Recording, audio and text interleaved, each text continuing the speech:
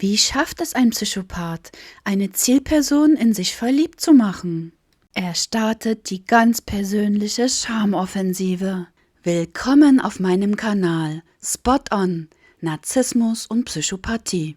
Ich bin Kriminalkommissarin und ich habe viel Erfahrung mit Profiling-Arbeit im Bereich Schwerkriminalität. Kriminelle Narzissten und Psychopathen sind durch ihre Taten gut erkennbar. Meist sind es Wiederholungstäter und es liegen bereits psychologische Gutachten vor. Jedoch undiagnostizierte, verdeckte Narzissten und Psychopathen richten in Beziehungen großen Schaden an, ohne dafür zur Verantwortung gezogen zu werden. Wenn ein Psychopath sich auf das Terrain romantischer Beziehungen begibt, ist sein Ziel, sich den perfekten Partner zu formen. Ein Psychopath ist darauf aus, innerhalb kürzester Zeit die Kontrolle über dein Leben zu übernehmen und dich zu vereinnahmen. Doch das gelingt nur, wenn er zuerst schafft, dass du dich unsterblich in ihn verliebst. Denn das öffnet ihm Tür und Tor. Um das Tor zu deiner Seele zu öffnen, wendet ein Psychopath 3 Komponenten an: Idealisierung, Gehirnwäsche und Sondieren des Terrains. Die Idealisierungsphase in einer psychopathischen Beziehung verläuft anders als alles, was du bisher erlebt hast. Man verliert den Bodenkontakt und verirrt sich in einer faszinierenden Begegnung, in der du auf jeder Ebene gefesselt wirst, emotional, sinnlich und spirituell. Ihm oder ihr gilt dein erster Gedanke, wenn du aufwachst. Und du freust dich, deinen Tag mit einer romantischen Textnachricht zu beginnen. Er bringt dich zum Lachen und lässt dich gut fühlen. Er motiviert dich für den Tag. Und mehr hängt deine Motivation davon ab, ob er dir geschrieben hat. Du blendest die langweiligen Realitäten des Alltags aus. Nichts davon ist mehr so wichtig. Jetzt ist er wichtig, denn er ist der Mann, mit dem du den Rest deines Lebens verbringen willst. Während das alles in dir vorgeht, gehen dem Psychopathen ganz andere Gedanken durch den Kopf. Gut gemacht.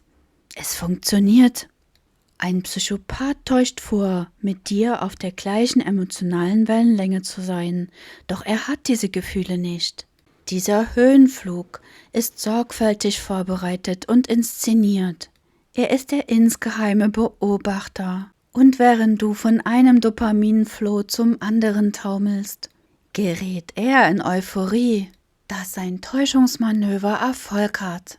Der Meister der Täuschung freut sich, wenn er andere belügt und betrügt. Das ist das Einzige, was ihm ein High gibt. Und er hat gar nicht wirklich vor, eine längere Partnerschaft einzugehen. Die Idealisierung ist nur der erste Schritt der Charmoffensive eines Psychopathen.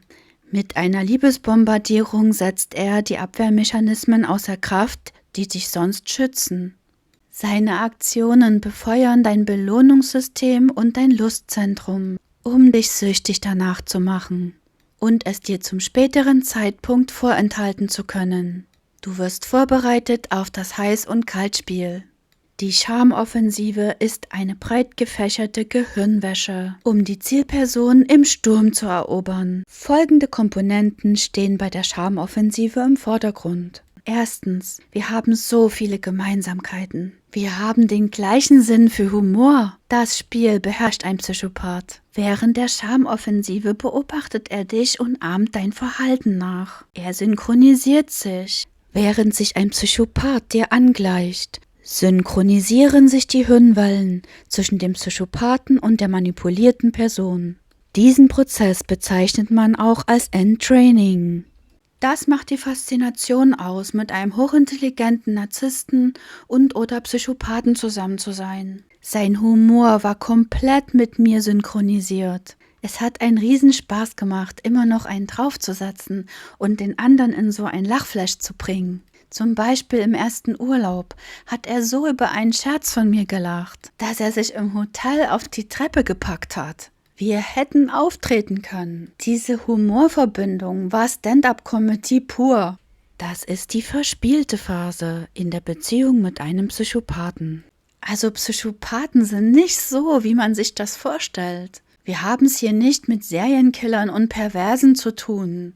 Da gibt's auch keine Sadomaso-Spielchen, weit gefehlt. Die Zärtlichkeit meines psychopathischen Freundes war feinsinnigst auf mich abgestimmt. Wie schafft das ein Mensch ohne Empathie?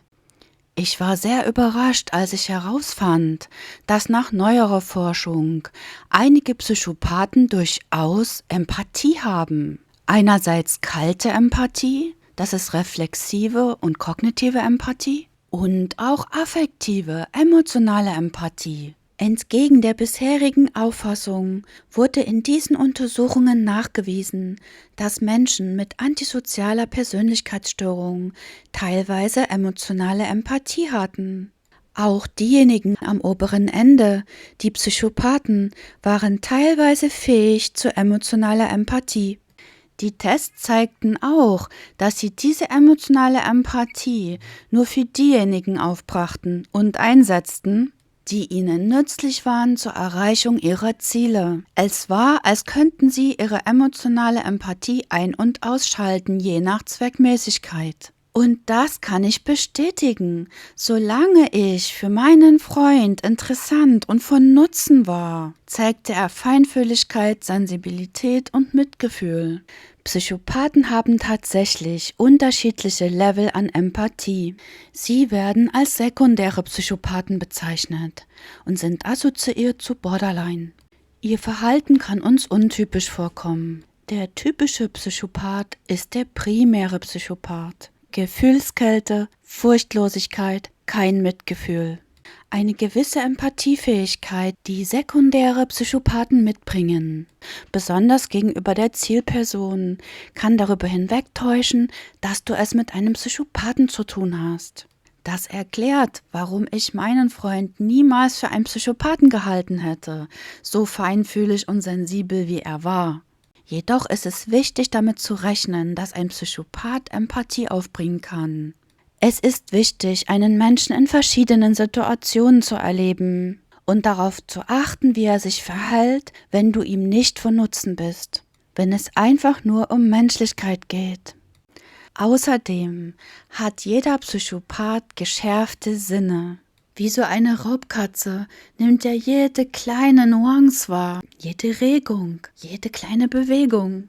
Psychopathen beobachten deine emotionalen Reaktionen in deiner Mimik und Körpersprache. Er war ein exzellenter Beobachter. Meine Mimik und Körpersprache konnte er sehr feinsinnig erfassen.